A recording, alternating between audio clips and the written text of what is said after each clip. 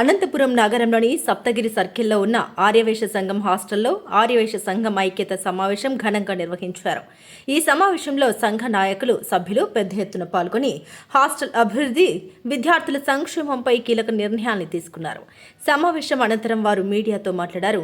అనంతపురం సప్తగిరి సర్కిల్లోని ఆర్యవైశ్య సంఘం హాస్టల్లో నిర్వహించిన ఐక్యత సమావేశంలో నాయకులు మాట్లాడారు. నిరుపేద ఆర్యవైశ్య విద్యార్థులకు ఈ హాస్టల్లో పూర్తిగా ఉచిత వసతి, భోజన సదుపాయం కల్పిస్తున్నామని తెలిపారు. రాయలసీమలోని పేద ఆర్యవైశ్య కుటుంబాలకు చెందిన విద్యార్థులు ఈ అవకాశాన్ని సద్వినియోగం చేసుకుని ఉన్నత విద్యను అభ్యసించాలని వారు కోరారు. అలాగే ఈ హాస్టల్ను మరింత అభివృద్ధి చేయడానికి రాయలసీమ వ్యాప్తంగా ఉన్న ఆర్యవైశ్యులు తమ వంతు ఆర్థిక సహాయం, సహకారం అందించాలని విజ్ఞప్తి చేశారు. సంఘం బలోపేతానికి విద్యార్థుల భవిష్యత్తు కోసం ప్రతి సభ్యుడు బాధ్యతగా ముందుకు రావాలని, అందరి సహకారంతో హాస్టల్ను ఆదర్శవంతమైన విద్యా కేంద్రంగా తీర్చిదిద్దాలని పిలుపునిచ్చారు. ఈ కార్యక్రమంలో పలువురు సంఘ నాయకులు, సభ్యులు పాల్గొని ఐక్యత సంఘ బలమని, సమాజ అభివృద్ధికి అందరూ కలిసికట్టుగా పనిచేయాలని సూచించారు. పేద విద్యార్థుల విద్యా అభివృద్ధికి తోడ్పాటును అందించే లక్ష్యంతో ఆర్యవైశ్య సంఘం చేస్తున్న ఈ సేవా కార్యక్రమానికి సభ్యులందరూ సహకరించాలని సంఘం నాయకులు విజ్ఞప్తి చేశారు. అనంతపురం జిల్లా హెడ్ క్వార్టర్స్లో వందలాది మంది, వేలాది మంది, లక్షలాది మంది స్టూడెంట్స్ని గత 70 సంవత్సరాలుగా ఆర్యవైశ్య స్టూడెంట్స్ అందరికీ కూడా ఈ హాస్టల్ ఎంతో ఉపయోగపడింది. 70 సంవత్సరాల క్రితం మా పెద్దలు ఈ 2 ఎకరాల భూమి ఆ రోజు, తర్వాత అందులో కొద్దిగా రోడ్లకు వాటన్నిటి కూడా ప్రభుత్వం తీసుకుపోయింది. పోగా దాదాపుగా 1.6 ఏకర్స్ ఉంది ఇక్కడ.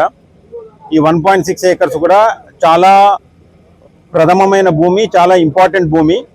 సో దీన్ని భవిష్యత్ తరాలకు ఏ రకంగా ఉపయోగించుకోవాలి, వాటి మీద హక్కులు కోల్పోకుండా ఏ రకంగా ఈ భూమిని ఉపయోగించుకోవాలి, భవిష్యత్ తరాలకు ఏ రకంగా ఉపయోగపడాలి అని చెప్పేసి ఒక అజెండా మీద ఈరోజు సర్వసభ్య సమావేశం ఏర్పాటు చేయడం జరిగింది.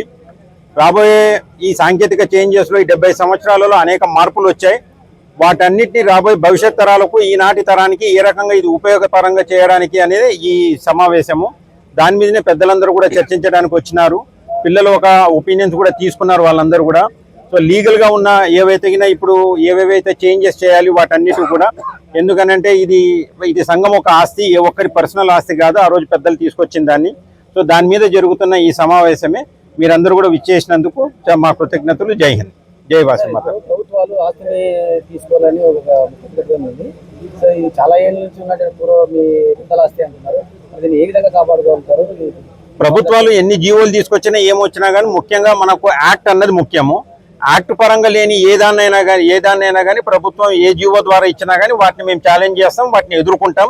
ప్రభుత్వాలు చేసే ఏ ప్రభుత్వం అన్నా కానీ మేమేదో ఈరోజు ఏ ప్రభుత్వానికి మేము ఏ ఒక్క పార్టీకో ప్రభుత్వానికో మేము ఎదిరించేది కాదు.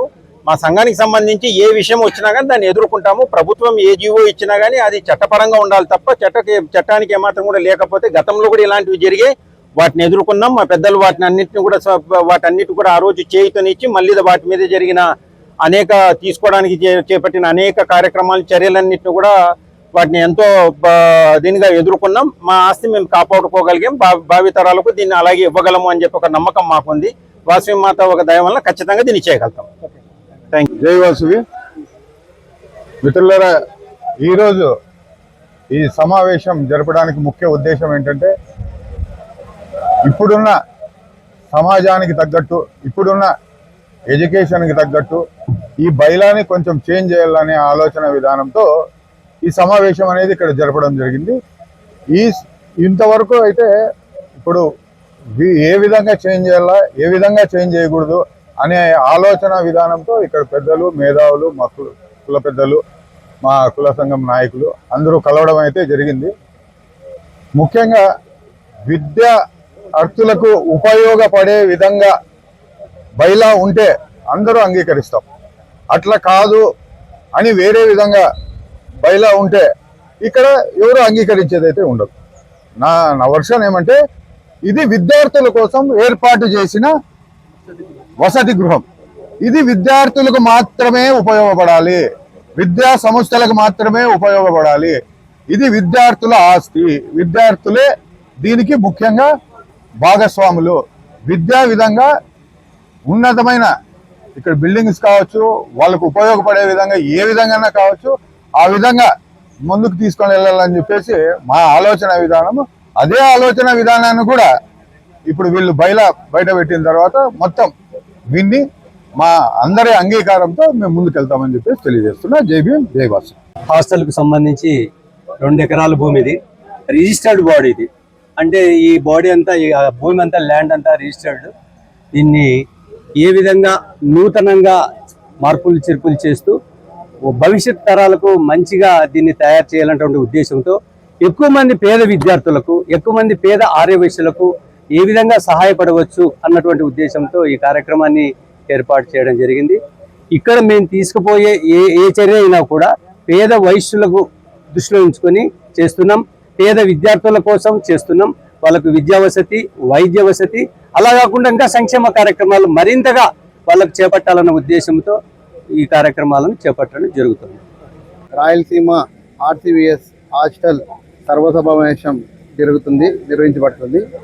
మనకి అనంతపూర్ మొత్తం రాయలసీమలో మన ఆర్యవైశ్యులు విద్యార్థులకి ఇక్కడ వసతి ఏర్పాటు చేయడం అయింది. మనకు ఇంటర్ ఇంకా స్టార్ట్ అయ్యి డిగ్రీ, బీటెక్, ఇంకా పై చదువులు చదివేదానికి ఇక్కడ వసతి ఏర్పాటు చేయమైంది. మన వైశ్యుల్లో ఎవరైనా బీద విద్యార్థులు ఉంటే కూడా వారికి అంతా మొత్తం ఫ్రీ. ఇక్కడ అకామిడేషను, ఫుడ్, మొత్తం వాళ్ళ కోచింగ్ అంతా ఫ్రీగా ఇవ్వడం జరుగుతుంది. మన మీడియా మిత్రుల ద్వారా మీకు తెలియజేస్తున్నాం. మన రాయలసీమలో ఎక్కడైనా వైశ్యులు విద్యార్థులు ఉంటే ఇక్కడ ఆర్సీవీఎస్ హోమ్స్లో మన వైశ్య విద్యార్థులకి అన్ని ఫ్రీ సౌకర్యాలతో ఇక్కడ హాస్టల్ ఏర్పాటు చేయమైంది. దీనికి అందరూ మన పిల్లల్ని ఇక్కడే హాస్టల్లోనే చేర్పియాలని చెప్పి మనస్ఫూర్తిగా కోరుకుంటున్నాం.